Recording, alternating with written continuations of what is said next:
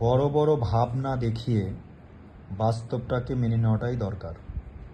অনেকে পরীক্ষা দিতে যায় কিন্তু কোন গল্প তাদের পাঠ্য সেটা তো জানেই না, তার সঙ্গে কে লিখেছে সেটাও জানে না, বলে স্যার মুখস্থ নেই। এই ভাবনা থেকে প্রথমে বেরিয়ে আসতে হবে। সরাসরি প্রশ্ন হবে, সরাসরি উত্তর হবে, মাঝখানে আর কোনো কথা বলে লাভ নেই। যেমন প্রশ্ন করা হচ্ছে সিন্ধু তীরে কে লিখেছে, এটা একটি কবিতা, উত্তর হবে সৈয়দ আলাউল। অদল বদল কে লিখেছে, উত্তর হবে পান্নালাল প্যাটেল। অস্ত্রের বিরুদ্ধে গান কে লিখেছে, উত্তর হবে জয় গোস্বামী। নদীর বিদ্রোহ কে লিখেছে, উত্তর হবে মানিক বন্দ্যোপাধ্যায়।